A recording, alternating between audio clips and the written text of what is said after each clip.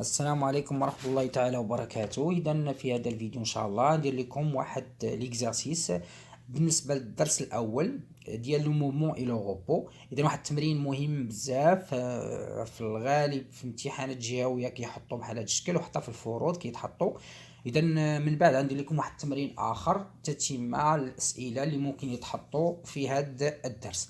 نبداو هاد الدرس، هاد التمرين فيه، غتلاحظوا بانه فيه لا فيتاس موين، فيه ايضا غتلقى فيه كيفاش كنحددوا لا ناتيغ دو موفمون، وشويه كاين واحد السؤال عنده علاقه بلا تراجيكتوار. اذا نبداو على بركه الله. هادو هما الاسئله، كاين عندي 7 اسئله. غنبدا بلا لا كيسيون 1.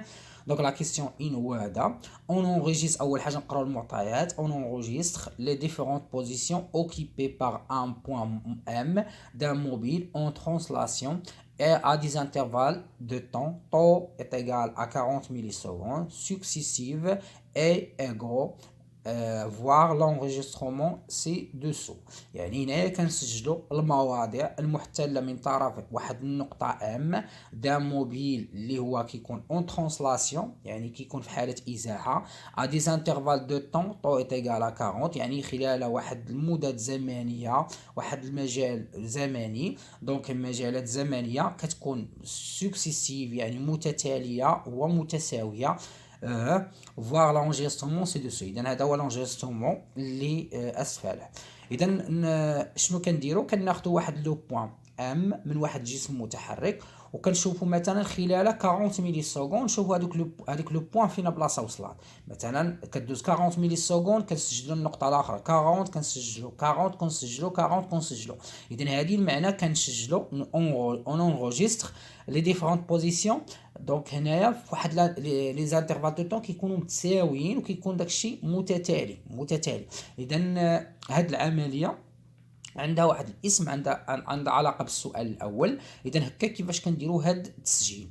Comment s'appelle la technique qui consiste d'enregistrer des positions à des intervalles de temps réguliers. إذا هاد لا ميثود كتسمى لا كرونوفوتوغرافي. لا كرونوفوتوغرافي ويسمى بالتصوير المتتالي. إذا لا كرونوفوتوغرافي يعني كناخذوا واحد لو بوين وكنحاولوا نسجلوا المواضيع ديالها خلال مدة زمنية متساوية، يعني خلال 40 ملي سكوند فين بلاصة ولات في ام 40 ملي سكوند ولات في ام 2، 40 ملي ولات في ام 3 وغادي. يعني ان بين ام صفر وان هذه المسافه يعني لا ديستونس ام 0 ام 1 راها تقطعات خلال واحد المده زمنيه 40 ملي سكوند.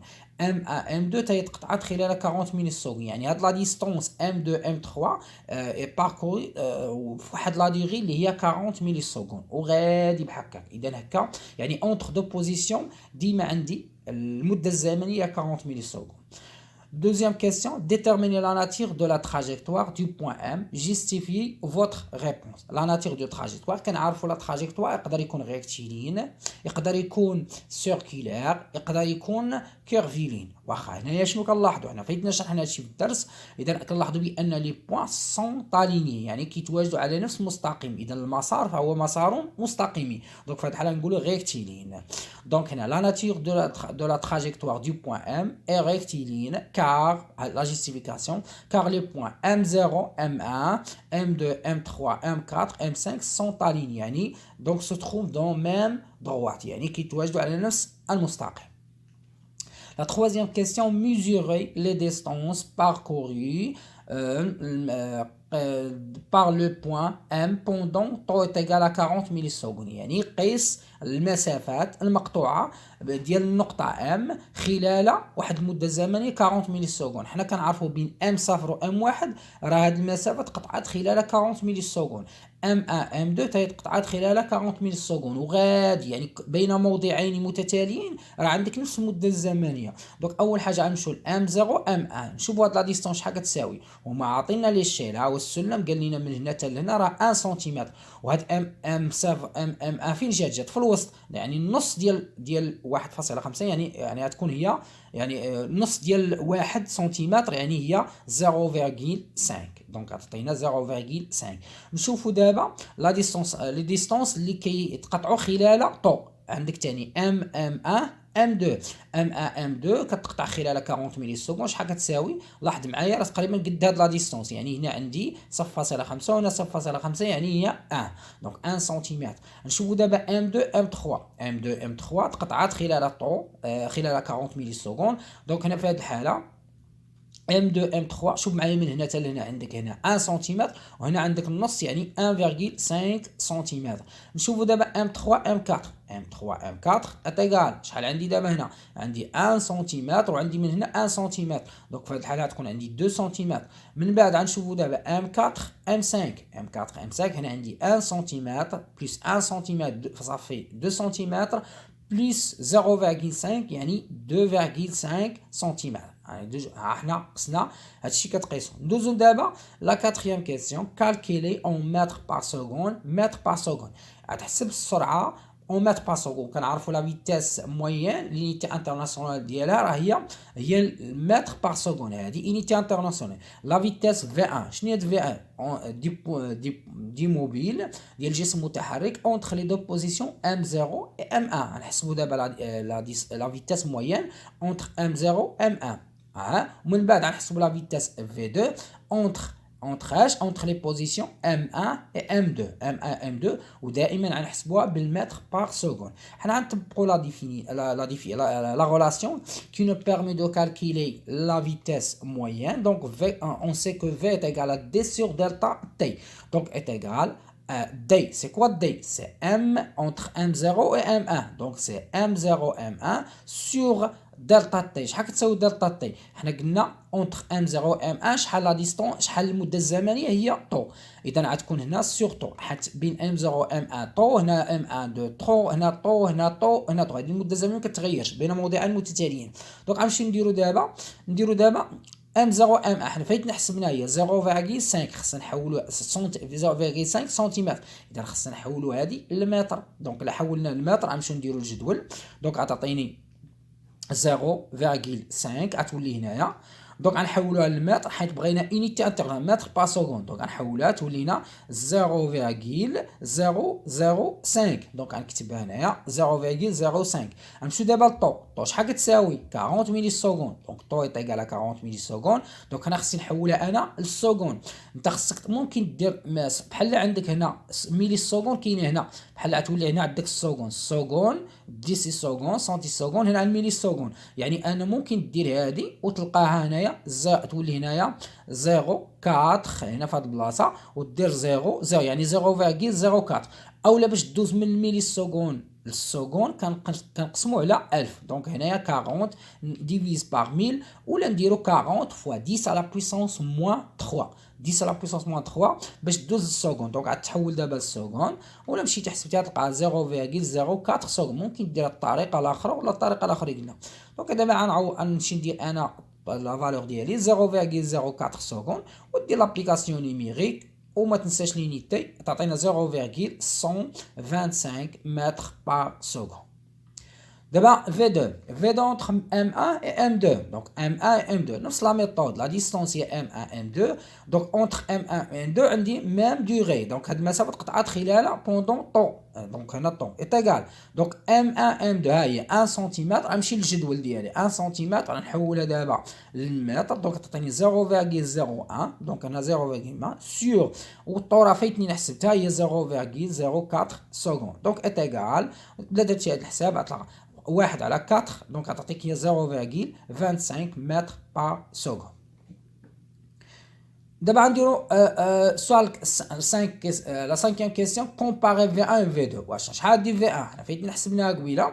دونك تعطيني 0.125 متر وعندي V2 شحال كتساوي 0.25 هذه 125 وهذه 0.25